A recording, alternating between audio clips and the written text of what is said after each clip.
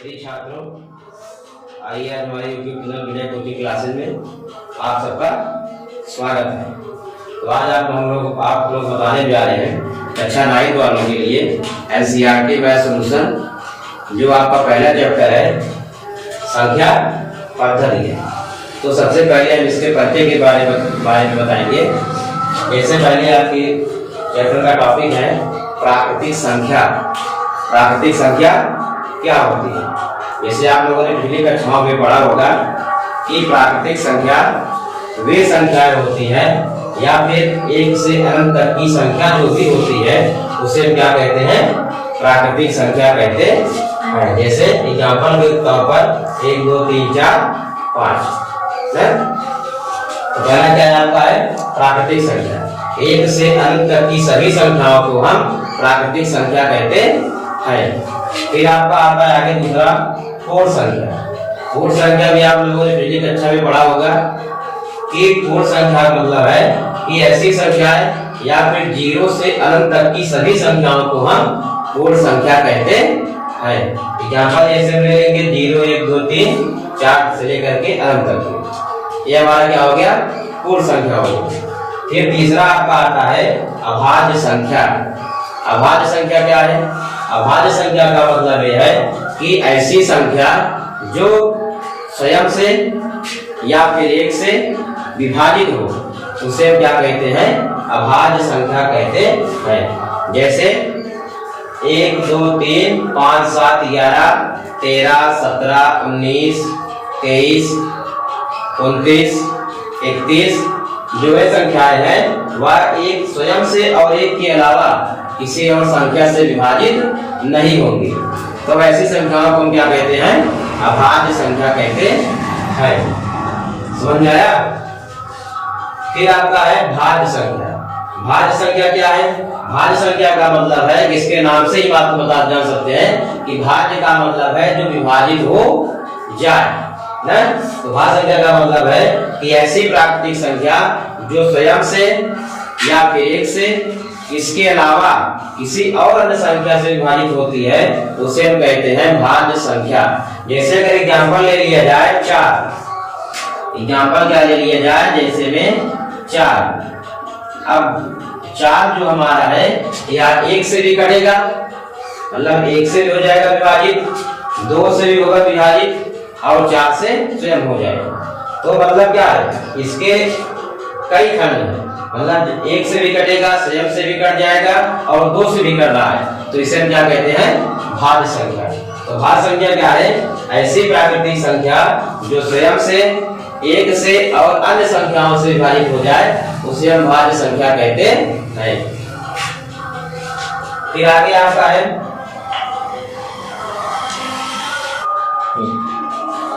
फिर आपका आगे आता है परिमेय संख्या। परिमेय संख्या क्या है? कि ऐसी संख्या जिसे हम p/q के रूप में लिख सकते हैं, लेकिन जहां q ≠ 0।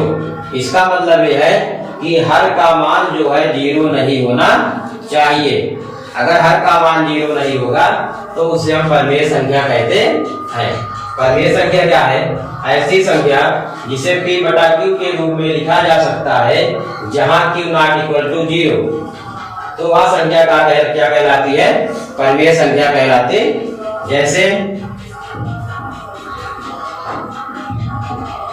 1/2 हो गया, 1/3 हो गया, या फिर 4/5 या फिर 6/5 ले लीजिए, कोई भी क्या। इसकी एक शर्त है कि अगर q का मान 0 हो जाएगा तब वह संख्या परिमेय संख्या नहीं होगी। ठीक। फिर आपका अगला पॉइंट आता है अपरिमेय संख्या। ऐसी संख्या अपरिमेय संख्या। तो अपरिमेय संख्या क्या है? ऐसी संख्या जिसे हम p/q के रूप में नहीं लिख सकते हैं, वह संख्या अपरिमेय संख्या कहलाती है। जैसे एग्जाम्पल के तौर पर √2 √3 और आपका हो गया पाई। लेकिन यहाँ पर एक कंफ्यूजन आपको होगी कि पाई अपरिमेय संख्या क्यों नहीं है? क्योंकि आप लोग जानते हैं कि पाई की वैल्यू होती है 22/7। अगर 22/7 है तब तो इसको परिमेय संख्या होना चाहिए, लेकिन इसमें दिक्कत यह है कि जो पाई का मान है ये लगभग में है, इसका मान निश्चित नहीं है। इसका मान निश्चित नहीं होने के कारण जो पाई हमारा है कौन सी संख्या है, अपरिमेय संख्या कहलाती है।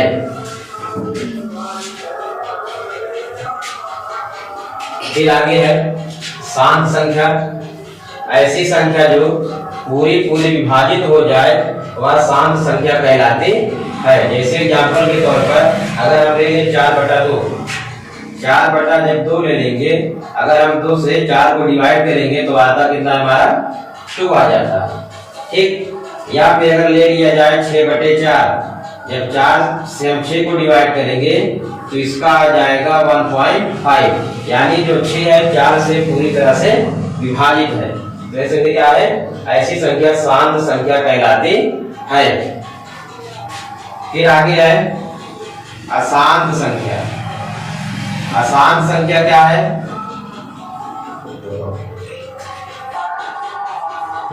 अशांत संख्या ऐसी संख्या जो पूरी तरह से विभाजित ना हो वह अशांत संख्या कहलाती है। जैसे अगर ले लिया जाए 1/3, जब इसको हम डिवाइड करेंगे 1 में 3 से तो भाग देने पर आएगा 0.33, यही लगभग आता हुआ चला जाएगा। तो इस संख्या में हम क्या कहेंगे, ऐसी संख्या जो पूरी विभाजित ना हो अशांत संख्या कहलाती